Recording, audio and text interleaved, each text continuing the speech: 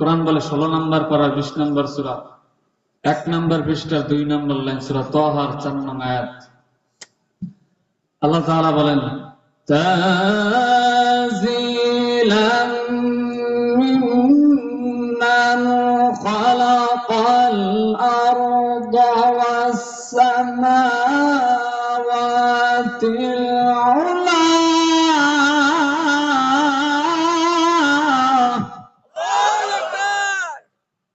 আপনার আমার এই কোরআন বলে আমি কোথা থেকে আসছি জানো? আমি কোরআনুল কারীম আসছি যিনি 7 আসমান 7 জমিন বানাইছে তার কাছ থেকে। আরো জোরে বলেন না সুবহানাল্লাহ। যে আল্লাহ পাক রব্বুল আলামিন আপনার আমার মতো এই ছোট্ট কিডনির ভিতরে 14 লক্ষ নেফ্রন লুকাইয়া রাখতে পারলো, 22.5 কিলোমিটার দৈর্ঘ্য হবে এই নেফ্রনকে লুকাইয়া রাখতে পারলো। যে আল্লাহ তাআলা আপনার আমার এই ফিঙ্গারের ভিতরে সারা পৃথিবীর মানুষকে আপনার আমার ফিঙ্গারকে আলাদা করতে পারলো।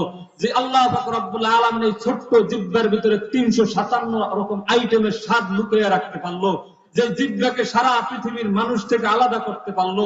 যে আল্লাহ তাআলা এই ছোট্ট একটা মেদার ভিতরে, জেহেনের ভিতরে, মাথার ভিতরে 1 কোটি 2 লক্ষ কিলোমিটারের তারকে পেঁচাইয়া রাখতে পারলো। ওই মালিক বুঝে কোরআনুল কারীমের ভিতরে সারা পৃথিবীর তথ্য লুকিয়ে রাখতে পারে না? যদি পায়রা থাকে তো কোরআনুল কারীমের জীবন বিধান আজ থেকে মানতে হবে, প্রতিজ্ঞাবদ্ধ হয়ে যেতে হবে। আল্লাহু আকবার। আসেন এখন কোরআনুল কারীমের কাছে কিছু প্রশ্ন করেন। সব বলে আছে তাই কিছু প্রশ্ন করে দেখি কি আছে কি নাই। আপনার খুঁজা খুঁজা বের করতে হবে, সব কিছু লুকায়িত আছে। আপনি কোরআনুল কারীমকে জিজ্ঞাসা করে, কোরআন বুঝলাম তোমার এত দাম, করতে আইলে কেমনে পরিচয় দিবা তোমার দিতে পারবে? তো কোরআন কি বলে জানেন? কোরআন বলে 16 নম্বর পারা 20 নম্বর সূরা 1 নম্বর পৃষ্ঠার 2 নম্বর লাইন সূরা তাহার 4 নং আয়াত। আল্লাহ তাআলা বলেন তানজিলাম মিম্মান খালাকাল আরদা ওয়াস সামাওয়াতিল উলা।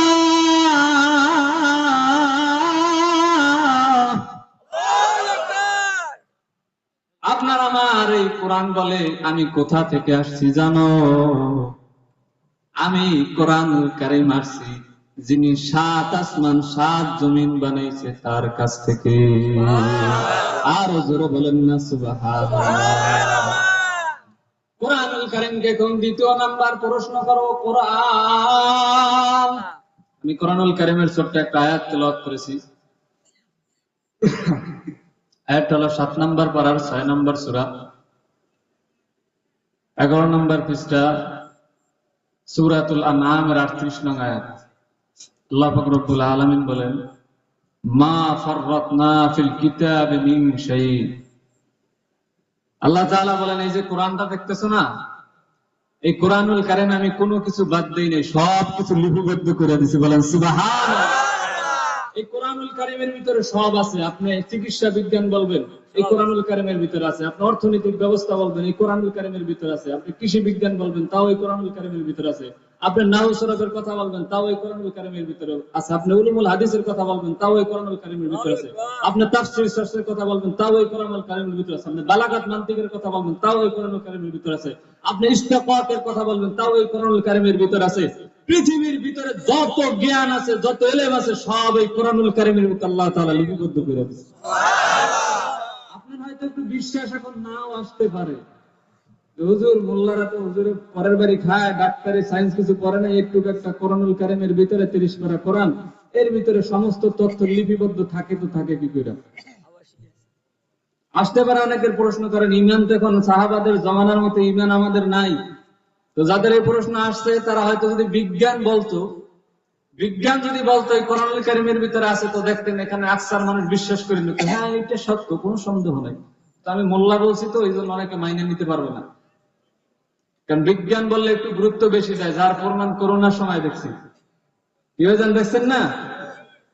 আপনার বিজ্ঞান 2 টাকার বিজ্ঞান বলছে একটা মুখের ভিতরে তুরি দিলি করোনা যাইবে, দেখছেন তুরির দাম 150 থেকে 200 টাকা উঠে ফেলেছে। ঠিক না বেশি? তুরির দাম 150 থেকে 200 টাকা উঠে গেছে। আর আল্লাহ নবী সাল্লাল্লাহু আলাইহি ওয়াসাল্লাম বলছেন লা তিয়ারাতা আরে সংক্রামক রোগ বলতে কিছু নাই, সংক্রামক রোগ বলতে কিছু নাই। বিপদ আসমান থেকে আসে, যাহারাল ফাসাদু ফিল বাররি ওয়াল বাহরি বিমা কাসাবাত আইদিন নাস, মানুষের গুনাহের কারণে। সুতরাং গুনাহ ছেড়ে আল্লাহর দিকে দৌড় দাও, দেখবা সাথে সাথে মহামারী বলো, গজব বলো, আযাব বলো, তাও দৌড় দিয়ে উপরে উঠে। তো বিজ্ঞান যদি বলতো না, তাহলে দেখতেন কেউ আঙ্গুল তোলার সাহস পাইতো না। কিন্তু বিজ্ঞান বলে না, এই জন্য অনেক আঙ্গুল তুলবে। যারা আঙ্গুল তুলবেন তাদের জন্য উত্তর আছে, বিজ্ঞান সম্মত উত্তর দিয়ে যাবো ইনশাআল্লাহ। মানুষের ভিতরে হিউম্যান বডির ভিতরে, হিউম্যান বডির ভিতরে কিডনি আছে, আসেনি? এবার কিডনি নামক একটা ডিভাইস আছে, কথা বলেন, আসেনি? আপনার বিজ্ঞান কি বলে জানেন? একটু একটা কিডনির ভিতরে নেফ্রনের সংখ্যা হইল 15 লক্ষ। কত লক্ষ? 15 লক্ষ। একটু একটা কিডনির ভিতরে নেফ্রনের সংখ্যা হইল 15 লক্ষ। যদি এটা দৈর্ঘ্যতে কনভার্ট করা হয় তাহলে 22.5 কিলোমিটার, অর্থাৎ 22.5 কিলোমিটার হবে। সুবহানাল্লাহ, 22.5 কিলোমিটার হবে। আচ্ছা, আপনারা জ্ঞানী মানুষ বুঝে থাকলে বলেন, এটা কি বিজ্ঞানের আবিষ্কার না সৃষ্টি? সৃষ্টি না আবিষ্কার? সৃষ্টি তো আল্লাহ তাআলাই করছে। বিজ্ঞান আবিষ্কার করছে মাত্র 80 বছর আগে, কিন্তু হাজার হাজার বছর আগে আল্লাহ তাআলা কিডনির ভিতরে 14 লক্ষ নেফ্রন রেখে দিয়েছে। কিন্তু বিজ্ঞান আবিষ্কার করছে মাত্র 80 বছর আগে। ভালো করে বুঝেন। আপনার আমার জিহ্বাটা দেখেন না, এই জিহ্বার ভিতরে আপনার বিজ্ঞান বলে 357 রকমের স্বাদ নিতে সক্ষম, একটু একটা জিহ্বার ভিতরে। কত? 357 আইটেমের স্বাদ একত্রে দিলে তো একত্রে 357 আইটেমের স্বাদ জিহ্বা বইলে দিতে পারবে। এই জন্য দেখবেন খাবারের ভিতরে যত আইটেম বাড়ানো হয় তত জিহ্বার ভিতরে মজা লাগে, তত জিহ্বার ভিতরে মজা লাগে। সেটা আরো আশ্চর্যের বিষয় হচ্ছে, আপনার আমার জিহ্বার ভিতরে ছোট ছোট দাগ আছে, ছোট ছোট ফোঁটা ফোঁটা আছে। আপনার বিজ্ঞান বলে কিয়ামত পর্যন্ত যত মানুষ আসবে, যত মানুষ এসেছে, যত মানুষ আছে, কারো দাগের সাথে কারো দাগ মিল নেই। সুবহানাল্লাহ।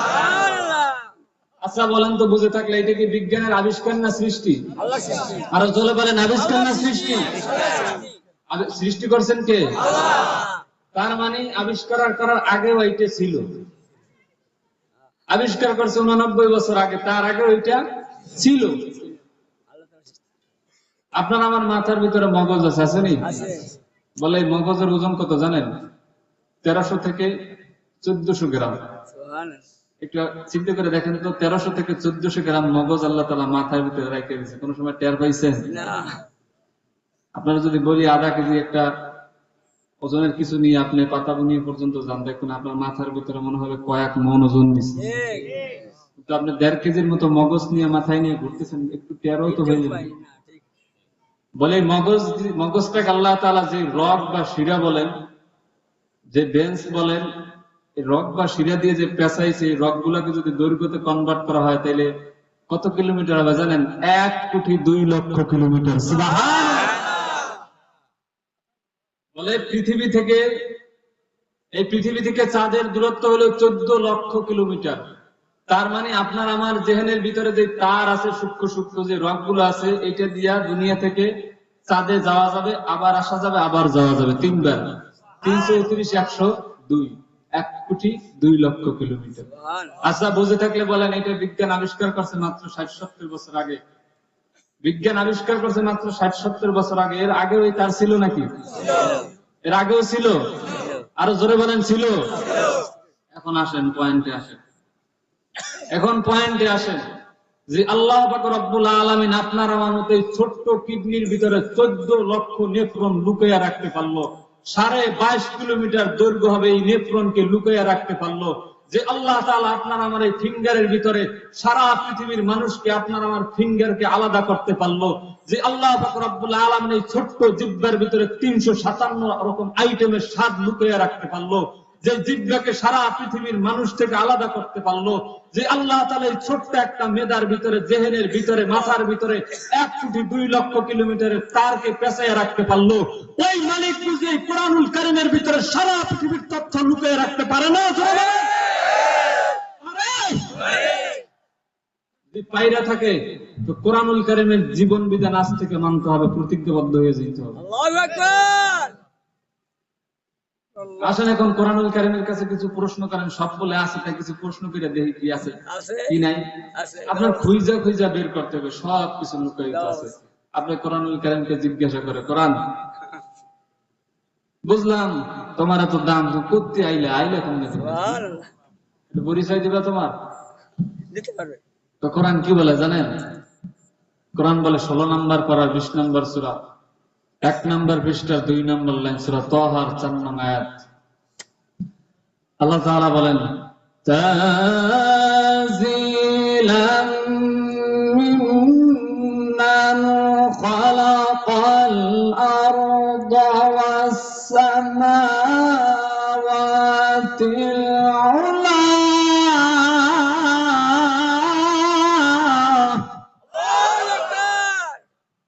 আপনার আমার এই কোরআন বলে আমি কোথা থেকে আসছি জানো? আমি কোরআনুল কারীম আসছি যিনি 7 আসমান 7 জমিন বানাইছে তার কাছ থেকে। আর জোরে বলেন না সুবহানাল্লাহ। কোরআনুল কারীমকে কোন দ্বিতীয় নাম্বার প্রশ্ন করো, কোরআন কখন আসলা? কোরআন জবাব দেয় 2 নম্বর পারার 2 নম্বর সূরা। এই মোবাইল সাইলেন্ট করে, আল্লাহর রাস্তায় মোবাইলগুলো সাইলেন্ট করে রাখেন। কোরআন জবাব দেয় 2 নম্বর পারার 2 নম্বর সূরা 1 নম্বর পৃষ্ঠার শুরুর অংশে, 7 নম্বর পৃষ্ঠার শুরুর অংশে, সূরা বাকারার 185 নং আয়াত। শাহরু রমাদান আল্লাযী উনজিলা ফীহিল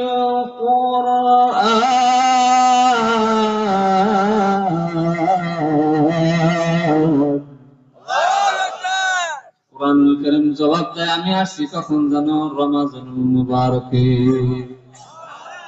কোরআনুল কারীমকে কোন প্রশ্ন করেন, কোরআন তুমি বললাম রমাজানুল মুবারকে আসছো, দিনে আসলা না রাতে আসলা? রমজান মাসে তো আসলা, রমজান মাসে আসলা তো বুঝলাম, কিন্তু দিনে আসলা না রাতে আসলা? দিনে আসলে না রাতে আসলা? কোরআন বলে 30 পারার 97 নম্বর সূরা 19 নম্বর পৃষ্ঠা সূরা ফাতিরের 1 নং আয়াত, ইন্না আনজালনাহু ফি লাইলাতিল কদর। জানেন আসলে বক্সের স্পিকার ফেটে গেছে নি? এরকম করে না,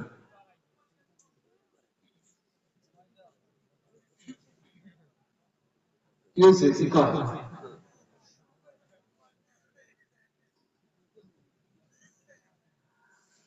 আস্তাগফিরুল্লাহ আযীম, আস্তাগফিরুল্লাহাল আযীম, আস্তাগফিরুল্লাহাল আযীম। তো কোরআনকে জিজ্ঞাসা করেন দিনে আসলো না রাতে আসলো? কোরআন বলে আমি আসছি লাইলাতুল কদর, রাত্রিবেলা। আলোচনা বোঝার জন্য এই যে একটা পয়েন্ট মনে রাখেন, সামনে আলোচনা বোঝার জন্য, সহজতার জন্য। কোরআনুল কারীম এমন একটা কোরআন, আপনারা তো জানেন না যে আমাদের দাম এত কেন, আমাদের নবীর দাম এত কেন, আমাদের এত সওয়াব করা শুরু চাইলো থেকে। কোরআনুল কারীম এমন এক মুজিজ যে নবীর উপরে নাযিল হয়েছে, আল্লাহ তাআলা সেই নবীকে সমস্ত নবীর চেয়ে শ্রেষ্ঠ বানাই দিয়েছে। সুবহানাল্লাহ। এই উম্মতের উপরে নাযিল হয়েছে, উম্মতকে সকল উম্মতের চেয়ে শ্রেষ্ঠ বানাই দিয়েছে। যে মাসে নাযিল হয়েছে সেই মাসকে সকল মাসের চেয়ে শ্রেষ্ঠ বানাই দিয়েছে। যে রাত্রে নাযিল হয়েছে সেই রাত্রের মর্যাদা এমন দিয়েছে যে 1000 মাসের চেয়ে উত্তম বানাই দিয়েছে। একটু শুধু মনে রাখেন, একটু মনে রাখেন আলোচনা বোঝার জন্য। সামনে কোরআনের কাছে, কোরআনুল কারীমের কাছে আবার প্রশ্ন করেন, কোরআন বুঝলাম আল্লাহ তাআলার পক্ষ থেকে আসলা, যে রমজানুল মুবারকে আসলা, রাত্রে বেলা আসলা, কিন্তু কার কাছে এসো? কার কাছে আসলা? কোরআন বলে 26 পারা 47 নম্বর সূরা 6 নম্বর পৃষ্ঠা সূরা মুহাম্মাদের 2 নং আয়াত, ওয়া আমিনু বিমা নুজিলা আলা মুহাম্মাদ, জোরে বলেন না সাল্লাল্লাহু আলাইহি ওয়াসাল্লাম। কোরআন বলে আমি আসছি কার কাছে জানো? আমি আসছি হযরত মুহাম্মদুর রাসূলুল্লাহ সাল্লাল্লাহু আলাইহি ওয়াসাল্লামের কাছে, কোরআনুল কারীমের কাছে। আবার প্রশ্ন করো, কোরআন বুঝলাম মুহাম্মদুর রাসূলুল্লাহর কাছে আসছো, কিন্তু তার কাছে আসার আগে কোথায় ছিলাম? বুঝলাম মুহাম্মদুর রাসূলুল্লাহর কাছে আসছো, কিন্তু তার কাছে আসার আগে কোথায় ছিলাম? কোরআন বলে 30 পারার 85 নম্বর সূরা 11 নম্বর পৃষ্ঠা সূরা বুরুজের 21-22 নং আয়াত, বাল হুয়া কুরআনুম মাজিদুন ফি লাওহিন মাহফুজ।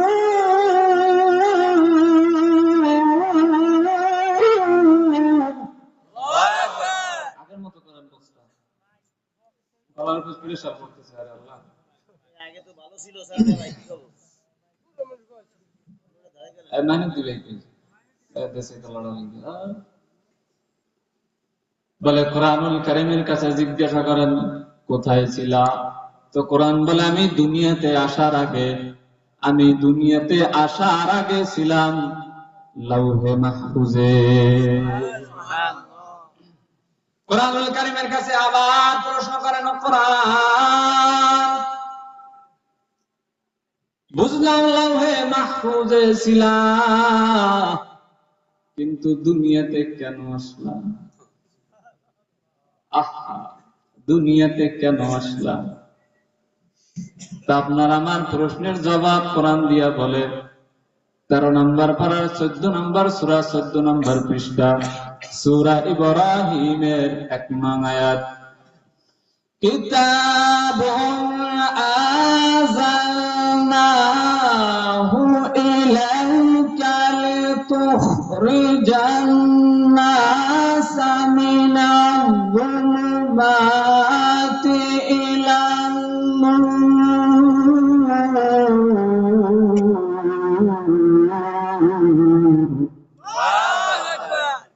কোরআন বলে আমি দুনিয়াতে আল্লাহু আকবার ধ্বনি হয় না, আরো জোরে বলেন আল্লাহু আকবার। আল্লাহু আকবার ধ্বনি দিলে লাভ না, আল্লাহু জোরে বলেন আল্লাহু আকবার অর্থ কি? একটু আইসে কইলে লেখা আল্লাহু আকবার অর্থ কি জোরে বলেন? আল্লাহ সবচাইতে বড়। আপনি জবান দিয়া যদি আল্লাহ তাআলার বরত্ব ঘোষণা করেন তো কিয়ামতের ময়দানে আল্লাহ রাব্বুল আলামিন আপনাকেও বড় বানানোর সুযোগ করে দিবে। আপনি জানেন না এই শব্দটার কত দাম? ইমাম সিবাই রাহিমাহুল্লাহু তাআলা আনহু যারা কাফিয়া পড়ছে, হেদায়েতুন নাহু পড়ছে, তারা জানে মাখরাজ বড় একজন ইমাম হইল ইমাম সিবাই রাহিমাহুল্লাহু তাআলা। হেদায়েতুন নাহু পড়ছে, তার নাম করেন এমন লোক কম আছে। তিনি অনেক বড় মাপের একজন ইমাম ছিলেন নাহু সরফের।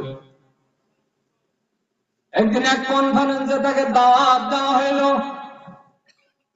ওই দাওয়াতের ভিতরে হিন্দু ছিল, বৌদ্ধ ছিল, খ্রিস্টান ছিল, সকল লোক ছিল। দাওয়াতের ভিতরে এক সময় আলোচনার পর ডিসকাস করার সময় ওনাদের ভিতরে একজন বলে উঠল, আপনারা একটা ভাইরাল নাম বলেন, ভাইরাল যেটা সবাই চিনে, এমন একটা ভাইরাল নাম পান যেটা সবাই চিনে, এক নামে পরিচয় দেওয়ার প্রয়োজন হইবে না। তো সবাই বলল মানুষ, কেউ বলল গাছ। কিন্তু যখন ইমাম সিবাই রাহিমাহুল্লাহ তাআলার কাছে আসছে, যখন ইমাম সিবাই রাহিমাহুল্লাহ তাআলা আনহুর কাছে আসছে, তিনি বলেন সাগর নদী আর পাহাড় বনে পাখিদের গুনগুন গুঞ্জরণে, সাগর নদী আর পাহাড় বনে পাখিদের গুনগুন গুঞ্জরণে ভেসে আসে ওই সুমধুর তান, ভেসে আসে ওই সুমধুর তান, চারিদিকে শুনি আল্লাহর জয়গান। আল্লাহ মহান, আল্লাহ মহান, আল্লাহ মহান, আল্লাহ মহান, আল্লাহ মহান, আল্লাহ মহান, আল্লাহ মহান, আল্লাহ মহান, আল্লাহ মহান, আল্লাহ মহান। অন্তর দিয়ে ডাকতেন, দেখুন না কত ভালো লাগে। আল্লাহ মহান, আল্লাহ মহান, আল্লাহ মহান, আল্লাহ মহান, আল্লাহ মহান, আল্লাহ মহান, আল্লাহ মহান, আল্লাহ মহান। আল্লাহু আকবার মানে আল্লাহ মহান। তিনি এইটাকে কোনো আমল মনে করেন নাই। তিনি যখন দুনিয়া থেকে চির বিদায় নিয়ে অন্ধকার কবরে ঘুমাইছে, কয়েক বছর পরে তার খাদেম হুজুরকে স্বপ্ন দেখার পরে জিজ্ঞাসা করে, হুজুর, আমার মালিক আপনার সাথে কেমন মুআমালাত করছে?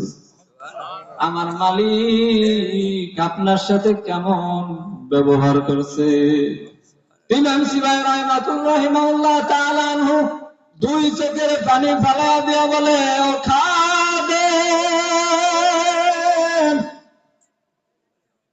মালিকের মুআমালাত আমার সাথে বেশি ভালো হয় না।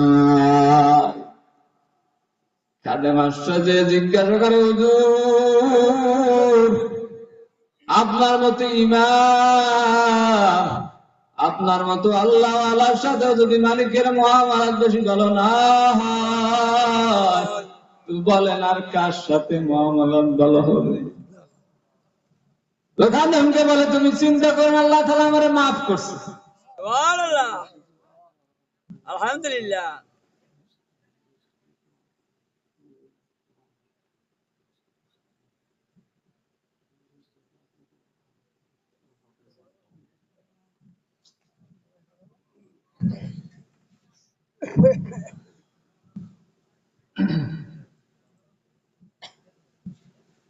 ইমাম সিবাওয়াই রাহিমাহুল্লাহু তাআলা আনহুকে খাদেম জিজ্ঞাসা করলেন, খাদেম, তুমি চিন্তা করো না, আল্লাহ রাব্বুল আলামিন আমার সাথে মুআমালাত খারাপ করলো, আমারে মাফ করে দিছে। খাদেম ডাক দিয়া বলেন, হুজুর, কোন আমলের কারণে মাফ পাইলেন? কোন আমলের কারণে মালিকের কাছে ক্ষমা পেয়ে গেলে? হুজুর বলে, এমন একটা আমলের কারণে মালিকের কাছে ক্ষমা পেয়েছি, নিজে কখনো চিন্তা করতে পারি না এই আমলটা আমার আল্লাহ তাআলা কবুল করেছে। নিজে কখনো চিন্তা করতে পারি না এইটা আমার আমল, এইটা আমার ভালো কাজ, আমি কোনোদিন চিন্তাও করি না। যখন কবরের ভিতরে আসলাম, দেখি আমার গুনাহ এবং আমল দুটোটা বরাবর হয় না। আমি মুনকার নাকিরের জবাব এক সময় ঠিক গেলাম, প্রশ্নের জবাব দিতে ব্যর্থ হইলাম। আমার সিদ্ধান্ত আসলো, তুমি এখন জাহান্নামে যাইবা। আমার জাহান্নামে নেওয়ার জন্য প্রস্তুত হয়ে গেছে। এমন সময় আমার মালিক ডাক দিয়ে বলে, ফেরেশতারা দাও, আমার ইমাম সিবাইকে জাহান্নামের আগুনের ভিতরে ফেলাও না। বলে, মালিক কেন ফেলাইব না? বলে, ওরে জাহান্নামের ভিতরে যদিও ফেলাও, ঠোঁটটারে ফেলাইতে পারবো না। বলেন, ও মালিক, এইটা কেমনে সম্ভব? শরীর ফেলাইবার, ঠোঁটকে ফেলাইব না? ঠোঁট তো শরীরের ভিতরেই আছে, ঠোঁট তো শরীরের একটা অঙ্গ, কেমনে কি করবো? তাই বলে, যদি না পারো তাইলে ইমাম সিবাইকে জান্নাতের ব্যবস্থা করে দেয়। ইমাম সিবাই রাহিমাহুল্লাহ তাআলা কান্না শুরু করে দিচ্ছে। এমন একটা মুহূর্তের সময় সুসংবাদ পাওয়াটা কত আশ্চর্যের বিষয়। তো মালিককে ডাক দিয়ে বলে, মালিক, কোন আমলের বরকতে আমার মাফ করলা? তো মালিক ডাক দিয়ে বলে, ইমাম সিবাই,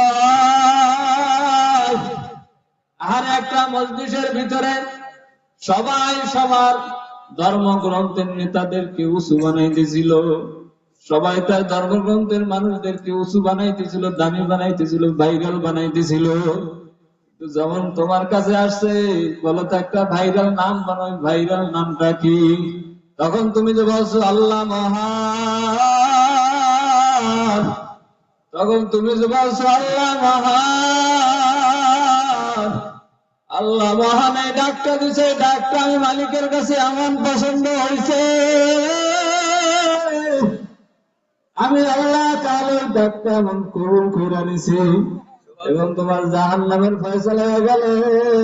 আমি তোমার জাহান্নামের ভিতরে ফেলাইতে পারবো না তোমার ঠোঁটটার কারণে। কারণ ওই ঠোঁটটা দিয়ে আমি আল্লাহ তাআলার নামটা রুজু করছি, আমি আল্লাহ তাআলা এখন তোমার জান্নাতের রুজু মাকাম দান করবে। সুবহানাল্লাহ। আমি আল্লাহ তাআলা তোমার জান্নাতের রুজু মাকাম দান করব। এই জন্য আল্লাহু আকবার শব্দটা বন্ধু আস্তে বলা চাই না, জবান দিছি আল্লাহ। আল্লাহু আকবার শব্দটা আরো জোরে বলতে চাই, বলেন না আল্লাহু আকবার। কুরআনুল কারীমের কাছে এখন আপনি প্রশ্ন করেন, আবার প্রশ্ন ছুড়ে দেন যে কোরআন, দুনিয়াতে তুমি কেন আসলা? কোরআন বলে আমি দুনিয়াতে আসছি মানুষদেরকে অন্ধকার থেকে আলোর পথে বের করার জন্য। কথাটা ভালো করে বুঝেন, কোরআন কি জন্য আসছে? মানুষদেরকে অন্ধকার থেকে কিসের দিকে বের করার জন্য? আরো জোরে বলেন, কিসের দিকে বের করার জন্য? আলোর দিকে বের করার জন্য। তার মানে হইল কুরআনুল কারীমের জীবন ব্যবস্থা বাদ দিয়ে কেউ যদি জীবন পরিচালনা করে তাহলে সে অন্ধকারের পথে হাঁটতেছে। কোরআনই একমাত্র জীবন ব্যবস্থা, কোরআনই একমাত্র পথ ও পন্থা, যার অনুসরণ অনুকরণ ব্যক্তিগত জীবন থেকে আন্তর্জাতিক জীবন পর্যন্ত জানের নিরাপত্তা বলেন, মালের নিরাপত্তা বলেন, ইজ্জতের নিরাপত্তা বলেন, সকল প্রকার নিরাপত্তা 1000% দিতে সক্ষম। অথচ আমরা দেখেছি মানুষের ভাগ্যের পরিবর্তন করার জন্য, মানুষের জান মাল ও ইজ্জতের নিরাপত্তা দেওয়ার জন্য বাংলাদেশের সংসদকে স্বাধীনতার পর থেকে অদ্য পর্যন্ত 15 বার পরিবর্তন করা হয়েছে। না মানুষের ভাগ্যের পরিবর্তন করতে পারে নাই, না আজও মানুষের মালের নিরাপত্তা দিতে পারে নাই, আজও মানুষের জানের নিরাপত্তা দিতে পারে নাই, খুন বাড়ছে ছাড়া কমে নাই, আজও মা বোনদের ইজ্জতের নিরাপত্তা দিতে পারে নাই। মা বোন রাত 10টার পরে একা হেঁটে যাবে, সেই নিরাপত্তা স্বাধীনতার 54 বছর পরে আমরা পাই নাই। স্বাধীনতার 54 বছর পরে আমরা পাইনি। আপনি জানেন না গত 5 বছরে আদালতের ভিতরে ধর্ষণের মামলায় আছে 30,272টা। জোরে বলেন না নাউজুবিল্লাহ। 30,272টা ধর্ষণের মামলা আছে আদালতে। আইনমন্ত্রী আনিসুল হকের তথ্য অনুযায়ী 2022-এর 21 ফেব্রুয়ারি একটা কথা বলছিলেন যে বাংলাদেশে আদালতে বিচারাধীন 40 লক্ষের উপরে মামলা হয়ে আছে। 40 লক্ষের উপরে বিচারাধীন মামলা হয়ে আছে। এগুলো সব ফেরেশতারা করছে। কারা করছে? জোরে কোন কারা করছে? খুঁজে দেখেন, আপনার আমার মতো টুপিওয়ালা দাড়িওয়ালা লোকের অভাব নেই। এদেরকে কি বলবেন? মানুষ? মানুষের মাপকাঠি বলতেছি। তা আপনি কি বুঝলেন বন্ধু? দুনিয়ার তন্ত্র মন্ত্র দিয়া মানুষকে কখনো শান্তির পথ দেখানো সম্ভব না। শান্তির পথ একমাত্র হইল কোরআনের বিধান, কুরআনুল কারীমের বিধান। ছোট্ট একটা উদাহরণ দিলে বুঝবেন। যে ব্যক্তি মোটরসাইকেল আবিষ্কার করছে তিনি কিন্তু মোটরসাইকেল কিভাবে ড্রাইভ করতে হবে তার থিওরিও দিয়ে দিয়েছে, তার গাইডলাইনও দিয়ে দিয়েছে। দিছেনি? পিক আপ ধরবেন, তারপরে ক্লাস একটু বাড়াইবেন, তারপরে গিয়ার দিবেন, নাকি এরকম না বিষয়টা? কেউ যদি মোটরসাইকেল যে আবিষ্কার করছে ওই ব্যক্তির আবিষ্কারকের গাইডলাইন বাদ দিয়ে নিজের মন গড়া যদি কেউ ড্রাইভ করতে চায়, আপনারা জ্ঞানী মানুষ বলেন ও রাস্তার উপরে থাকবে না খালের মধ্যে যাবে? ওর ঠিকানা হবে খাল, বিল, নদী, নালা, পুকুর, কোলা, এর বেশি কিছু না।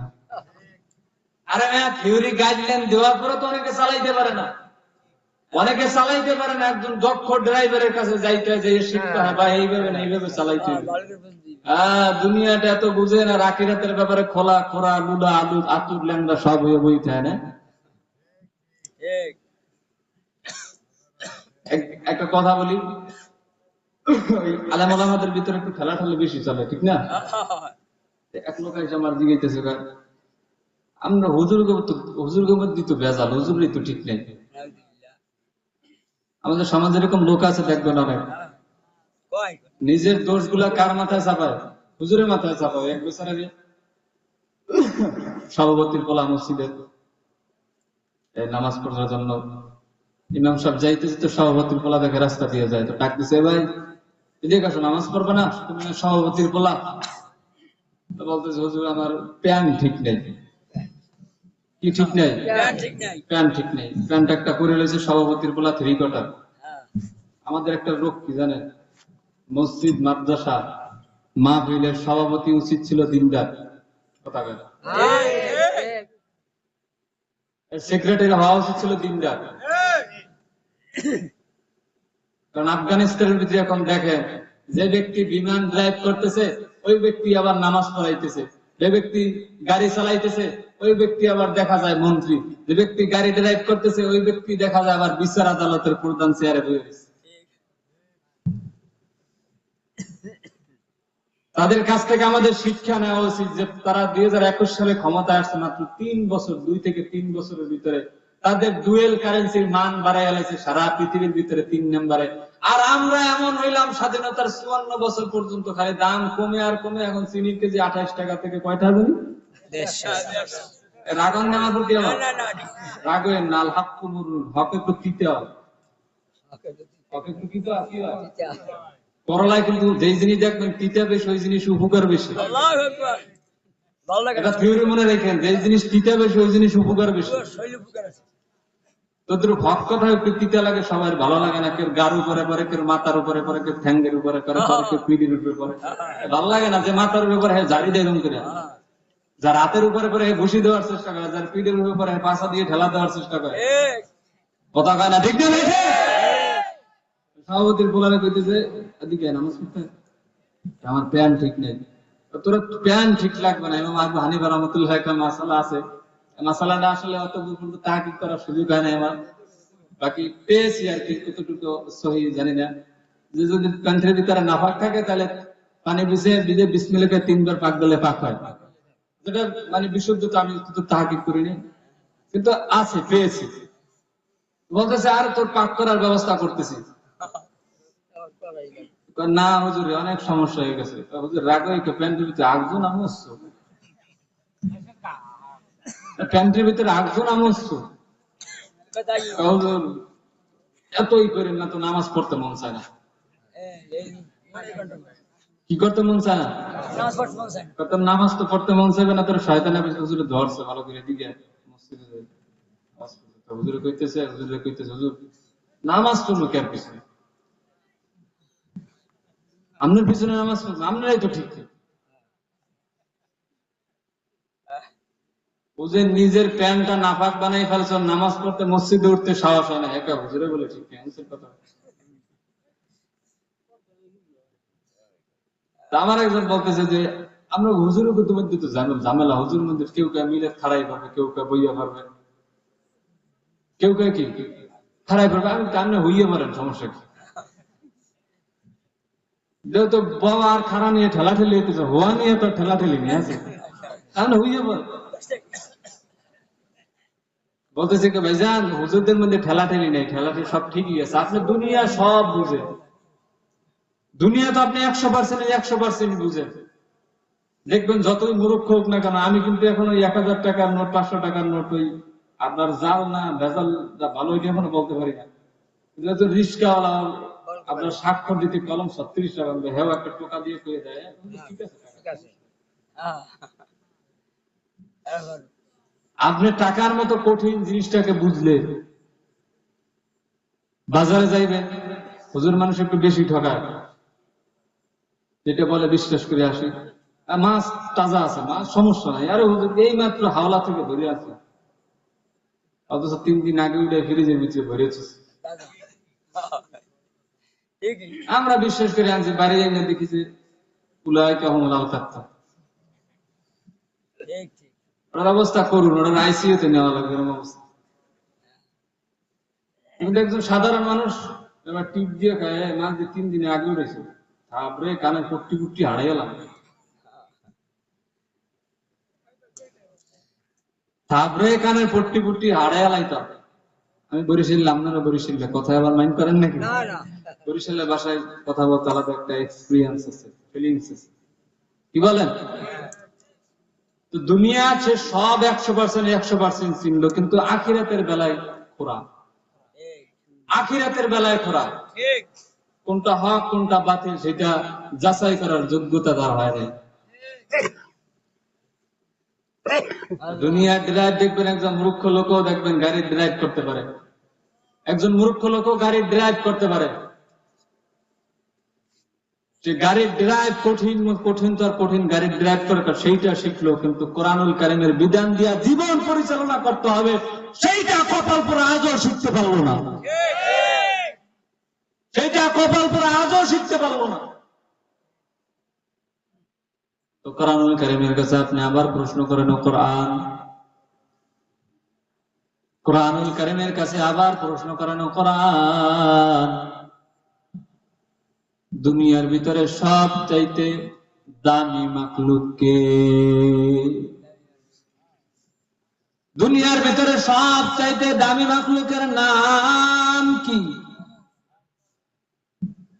তো কোরআন বলে দুনিয়ার ভিতরে সবচাইতে দামি মাখলুক হইল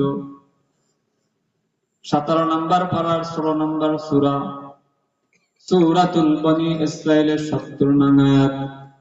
কোরআন বলেন, ওয়ালাকাদ কাররামনা বনী আদম, আমি দুনিয়ার ভিতরে সব চাইতে শ্রেষ্ঠ কইরা বানাইছি কারে জানো? মানব জাতিকে। দুনিয়ার ভিতরে সব চাইতে শ্রেষ্ঠ মাখলুকের নাম কি? মাখলুকের সংখ্যা কত? জোরে কম। মাখলুকের